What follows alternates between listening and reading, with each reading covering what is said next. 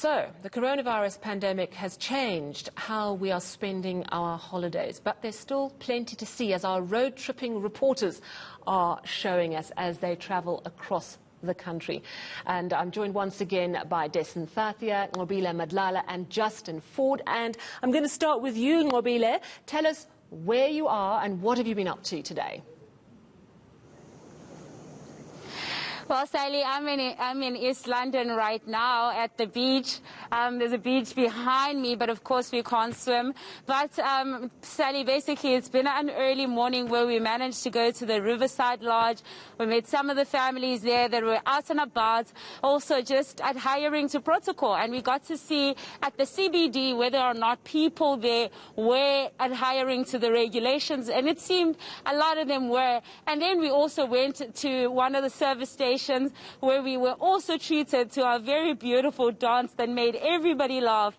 But Sally, basically what we have done today was basically to understand and see how people are going on with their lives. And lastly, we got to go to the Steve Biko Museum where we learnt a little bit more. But Sally, I must say the King William's time was really, really amazing. But it's a place where if you're more of a person who's a bookworm or somebody who likes to learn more, and that's your kind of adventure, that's the kind of style of work you'll find there with the museum. But interestingly, Sally, we also found somebody very interesting here in East London who has also something very interesting to tell us. You telling us that for fun you fish, but it's not just fun.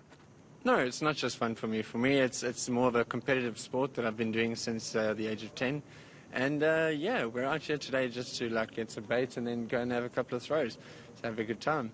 So how have you been going on with your life, making sure that you fish even under these regulations?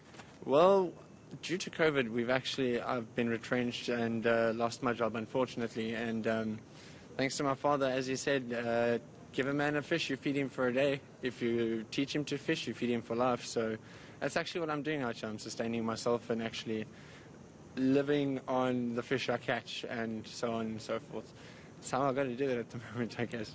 But how are you making sure you adhere to all the regulations? By wearing my mask and keeping it on when we come down to the beach, as well as to enforce the whole self or social distancing thing, because the less people that are on the beach, the less people I see. All right, thank you very much, Marcel. Well, that's Marcel there. He is a fisherman, Sally, and he has been fishing here. He says it's a sport and it's a career. So lots of things to do in East London, I must say. And I have to say, Nqobile, the lights twinkling on the water behind you, absolutely beautiful. I'm going to bring in Dasen Thathiah. Now, Dasen, you don't have any twinkling lights behind you. You've got a light above you because you're in a car, you're en route. Why the delays? What have you been up to? Well, Sally, you know it's about the journey and not the destination. Well, that's how Nkaniso and I have been consoling ourselves, really, because what you don't know is that our colleagues there in East London, Nqobile and Justin, have been rubbing it in our faces that they got there before we did. So we're saying we're taking in the sights, we're having good chats, Nkaniso and I, we're listening to music, and we're enjoying the road trip. And that's exactly what we're supposed to be doing, right? But during the day today, we were in Coffee Bay. I feel we didn't have enough time there, to be quite honest. I woke up to a beautiful sea view at the Ocean View Hotel. We went down to see the hole in the wall. Sally, if you haven't seen it, you have to see it. It's incredible. It's the sand erosion over the years and the decades that has created this amazing sight down there. Now, the beaches, as you know, are quite empty because of the regulations that have come up as a result of the second wave. But we also did see that the police there are traveling on horses and they're making sure that no one is on those beaches. But I think the sad part is for the businesses that are operating in that area. They say that they're suffering as a result of the president's announcement. And I think there may have been some kind of misinterpretation around that. So I did speak to the owner of the Ocean View Hotel, as well as a person that's associated with the Wild Coast Holiday Association. And that's Russell Kruger. Let's listen to what he had to say about the situation there. Absolutely devastating. We have seen, obviously, since the president's announcement before yesterday, a drastic drop in guests coming down. what has happened is a survey went out, and of the people interviewed, 87% have lost 50% of their business, either been booked forward or cancelled totally. So, you know, the effects are devastating. At this time of the year, normally you have many little groups of people that are getting employed through the tourism here. Guys come down there, get guided hikes down to the bottom. You can see people jump off the little rocks down at the hole itself. We've had a bit of rain, so under normal circumstances, this little estuary here is beautiful. It's better than Mauritius, can I say that? And what's concerning us now is the impact of the decision that has been made not to allow people to go on the beaches.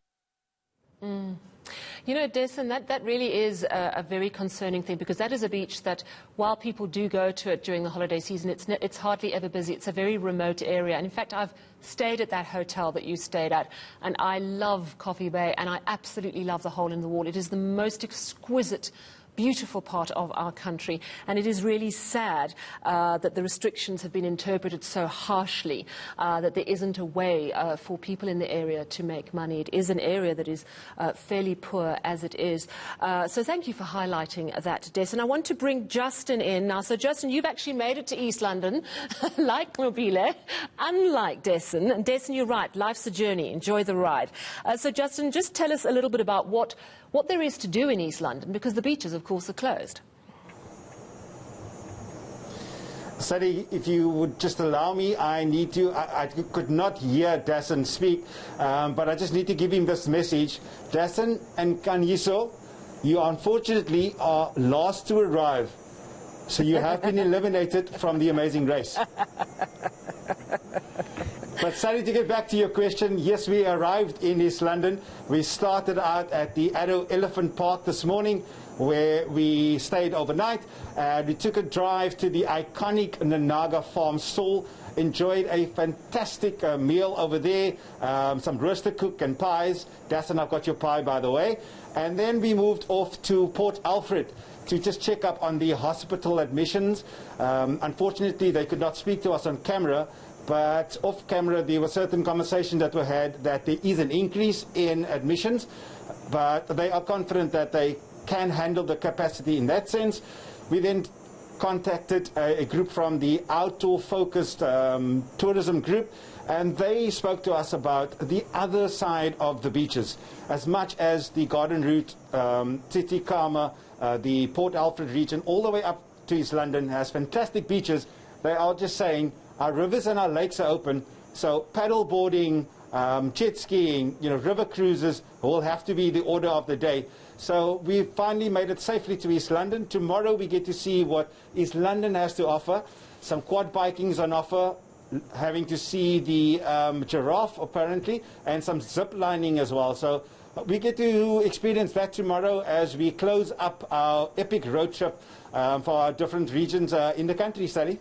And also, Kerry from the Outdoor Focus really just told us what more is on offer in that particular region of Port Alfred.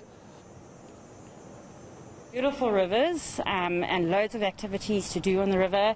Kayaking, stand-up paddleboarding, skiing with boats. Everyone, all day, every day is on their boat, which is great. Yeah, so we've still got the rivers to enjoy. Justin Ford, thank you very much. I'm so glad you've kept a pie for Dasen and the team that are still on their way. Nqobile Madladla, thank you too for coming through to us. What an amazing experience the three of you have had, and thank you so much for sharing it with us and reminding us of how very beautiful road tripping around South Africa really is. Thanks very much to all three of them.